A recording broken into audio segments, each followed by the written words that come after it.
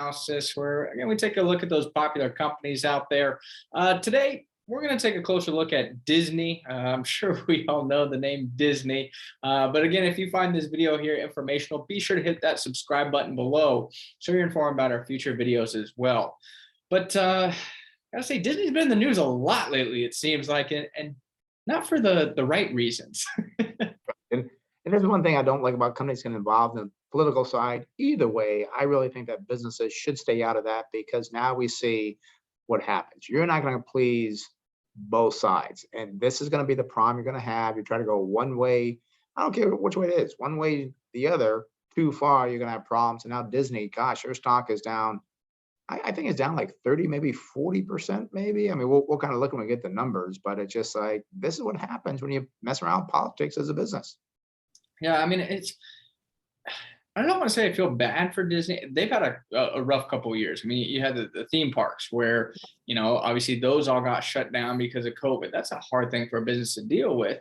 And then all of a sudden now you finally got things coming back, but now you're making all these political changes to the company. And I'm going to say being quite outspoken here, which is causing a lot of conflict in one of your primary states where you operate Disney World. Disney World, come on now. Like that is, I think, a silly decision. I don't know why they decided to get that involved in it.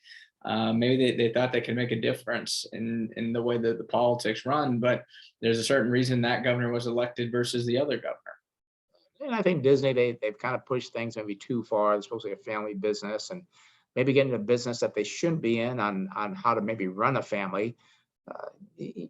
This is not what a business should do. They should be focusing on how they get more attendance at the theme parks, how they can do better movies and all these things they own, how to improve on that. Stay out of the doggone politics because it's not going to do anything good for you. Yeah, I mean, also too, I mean, speaking of the business side, you talk about the closure of the theme parks. Well, now the other issue that this company is having, we know that a lot of, I'm going to say, Disney's performance in the run up in the stock, I believe, came from the addition of Disney Plus. People, oh my gosh, the subscribers are growing, this and that. The streaming services just were kind of going up in unison here as Netflix was doing well, and Disney Plus was doing well, Hulu was doing well, which is also owned by Disney. But there was all this excitement over that news. Well, now we saw Netflix really struggle in terms of actually losing subscribers this past week. I'm very curious to see what is now going to happen with the Disney Plus subscribers. We saw that Netflix's earnings, they don't matter, but they haven't mattered for years. So I don't care if they beat on the bottom line because that's not how they ever traded. What's going to happen with Disney subscribers, and if they have a similar situation as Netflix, I think you're going to see the stock take a huge hit as well. Yes, we've done on our radio show, on TV, newsletters, everything else that back before, like we'd scratch our head. Netflix would go up because subscribers went up, but their earnings didn't go up at all. Well, now we're getting the opposite side for Netflix, also with Disney, another double whammy that, they were based on subscribers on Disney Plus, as you said. So that's not going very well. They're really in a tough place, but this is when we get happy. We like to see companies go through these temporary problems. I think they'll fix this problem on the political side. I think they'll fix probably the problem on the streaming side because they got good content. The thing is there a good price to buy this business at that you'll do well in the next 2, 3, 4, 5 years, which we'll kind of share with our viewers today, what we see so far. Maybe it's time to do that. Maybe you gotta be more patient. Maybe it's another few months, but that's what we do here on our videos, is to try to show people what we're looking at and point in the right direction. Yeah, and I mean, too, I do want to talk about the streaming. I haven't looked at Disney's streaming numbers, and the companies that were really growing during COVID, like Netflix, like Disney, I mean, Netflix had over 200 million subscribers. They had a ton of people. I believe all that demand got pulled forward. They actually lost subscribers because I think they just had too many subscribers, and it got very, very hard to grow on top of that. But then we saw HBO Max. I mean, they actually grew by 3 million subscribers in the quarter, grew by 12 million subscribers compared to last year. So they're still witnessing growth, but I believe they were around 78, 80 million subscribers. So they're still about, I'm going to call it, half of what Netflix is at. So I still think they have room for growth. I bring this up because I don't know where Disney's at in terms of subscribers. Are they oversaturated where it's going to be super, super hard for them to continue to grow? Or are they more like an HBO Max where they're still sub 100 million and still have room for growth going forward? That's why I'm going to be very curious to see what happens in this upcoming quarter for Disney. And Chase, I gotta say too, I mean, I think the stock went up a lot. You said because of Disney Plus. I think that was a big mistake because even though it's a big thing, the streaming and so forth, I don't think it makes up a lot of the overall business of Disney. So I think that was a big mistake running that stock up based on streaming. Like, yeah, it will be something for them, but it's not going to by any means carry the company, and it's going to be a certain percent of a very large number, I think. So Yeah, no, and that's a great point too. Is understanding what is the revenue. I mean, we know Disney's all over the place. I mean, they have the resorts, they have the cruises, they have Disneyland, Disney World, they have the Disney Plus, they have still the Marvel movies. name as well, the movies, the studio there. They have so much different revenue streams. As you said, how big of an impact is Disney Plus going to have on the bottom line for this company? I don't know. I haven't looked at the numbers, but if this was a company I was looking at investing in, that's an answer you got to have. I think the whole thing can be rather goofy. Yeah. So Hey, now some well, numbers here. What do we could got this be a magical stock? You never know. here? Yeah. All right. So they are in the entertainment industry, which is no surprise there. Only 1% float, so not many people think it's going to go down. Institutional ownership, 66%. We see they reported back in May of let's see, May 11th. This is their next report date. Next reporting date. That's what I'm looking at. Okay, that's what I'm looking at. May is when they're going to be reporting. So that could be some very good information there when that report comes out. But look at right at the very beginning. PE ratio 69 versus 20.4. That's just a very expensive PE ratio. It means you take us 69 years to get back what you paid for the earnings of this company over the last 12 months. That's just expensive. Same thing with sales, 3 versus 2.1. No price to tangible book value because of the intangible assets they have, which are very large. But price to cash flow, another valuation ratio, too expensive, 41 versus 12. Now, their PEG ratio does look pretty good because of the fact that the PEG ratio is at 0.7 versus 3.1. That is a positive number there. I think that could change going forward. Now, you look at the earnings growth over the last year, nothing there, but over the last 5 years, their earnings have fallen by 21.4%. That does surprise me. I know they went through COVID, closing the parks, but I'm surprised that number is so low over the last 5 years. Industry's at 2%. Sales up 25.1% versus 11.2. That is good. The 5-year estimated growth from the analysts, 37.9 versus 17.6. That's what the number is. But I don't see how they're going to grow. I'm not sure what they're going to use to grow their business by that amount. So I'm curious to see what happens there. They don't pay a dividend. I thought they did pay a dividend. I guess they did not bring that back, huh, Chase? I guess not. Yeah, I thought they paid one as well. Yeah, it's not shown here. Look at the balance sheet, current ratio 1.1 versus 1. That's okay. I'm kind of surprised on this number as well. Tangible assets 46.5. That's actually lower than the industry at 53.7. I think with all those characters and everything else that they have, I'm surprised that their tangible assets or intangible assets are not larger than the industry. We do see a low net profit margin, 4.2 versus 11.6. We'd like to see that higher. My gosh, look at that return on equity, only 3.4 versus 11.2. Gosh, these are not very good numbers here. I'm hoping you have something that looks better in the future. Well, yeah, I'm going to look at those numbers, but I do think COVID still weighed on this stock. And I'll show you why. I'm going to do this here first, though. The current price, $118.27. See, 52-week high. Oh, my gosh, $189.22. Talk about a pullback here in a well-known name. That's a major decline for a company like Disney.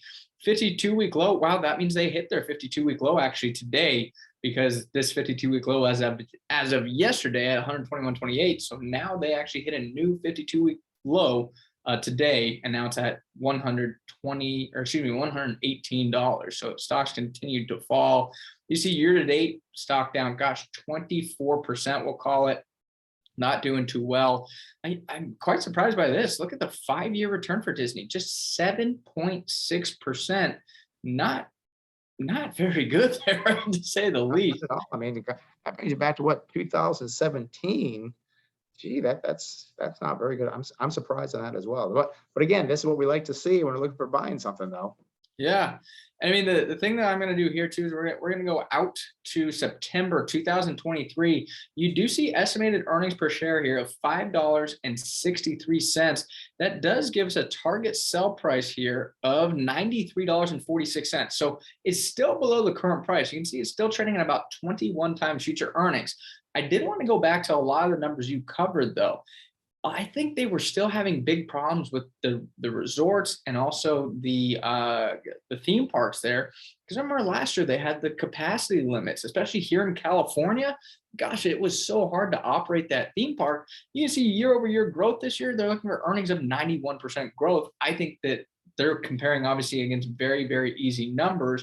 I think that was a huge, huge hit to the business, which affects their PE, impacts their earnings per share growth, impacts their profit margins, which impacts their return on equity. There was all these different numbers that I think looked really, really negative because of those poor numbers there. I'm not saying the stock's a buy just yet, but I am saying the numbers aren't as bad as I think we initially thought on that first page.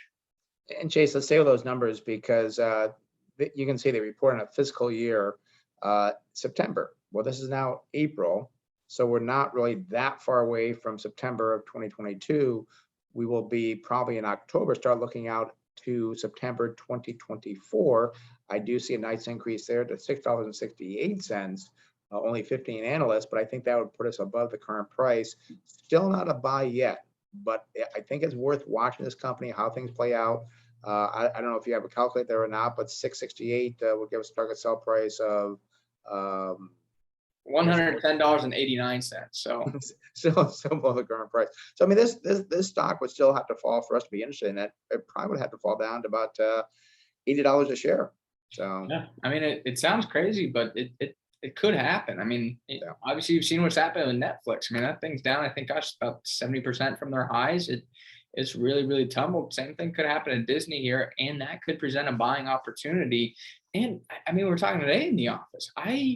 I think this is going to be a really hard summer. I mean, I think you're going to see a lot of volatility in the months of May, June, and July. I think it's going to be a hard summer to get through. But for the patient investors, you could be bargain hunting in names like Disney. Sounds crazy. And names like Netflix. That could be a buy. We've been negative on Netflix, gosh, for years. I think our clients would say, oh, did you buy Netflix? You hated that company. Well, we hated it. What was the high? 600. Now it's like something crazy. Yeah. Crazy. So, I mean, it's not that we hate companies. We just want to find the value there to buy it so that we're not the guy that's going to buy it the top. We got to ride it all the way down. And the other thing is, well, buy it and don't look at it. But no, you've got to buy companies at a good price. And unfortunately, Disney has not fallen enough for us to get excited about it yet. Yeah, it's one that, gosh, if it did hit $80 a share, I think that'd be I don't want to say a no-brainer, but it definitely pique our interest. And they do have that craziness going on in Florida. I guess today it went through their legislature or whatever, and I guess something got voted down, and that didn't sound good for them either. So I am curious how much that's really going to impact their. I mean, you talk about streaming. I've talked about Disney World being a big part of it, but I think Disney World would still be a limited impact, especially you're talking about just the taxes at Disney World, not actually the revenues. I think it would be in the 10-15 cent range, maybe at a maximum in terms of earnings per share. I don't think it'd be catastrophic by any means, but it's not a positive, that's for sure. It's not a positive, and I don't know how that would change the whole office structure there. I'm not sure if they're corporate offices there in Florida or here in California. I'm not sure where that is. But also, too, one thing, too, we talk about the theme parks. I forgot they have theme parks in Paris, Shanghai. I think there's another one, too, somewhere. So their theme parks are a big part of the business. Again, making streaming a smaller part of the business. Yeah. So hopefully that video was helpful. And again, if you found it informative, found it interesting, be sure to hit that subscribe button below so you're informed about our weekly stock analysis videos that we do. Thanks again for watching. And just as a reminder, this video is not for financial advice. It is for informational purposes only. If you are interested more about our firm, learning about our firm, how we do things here, go to our website, smartinvesting2000.com. Again, that's smartinvesting2000.com. We'll talk again here next week.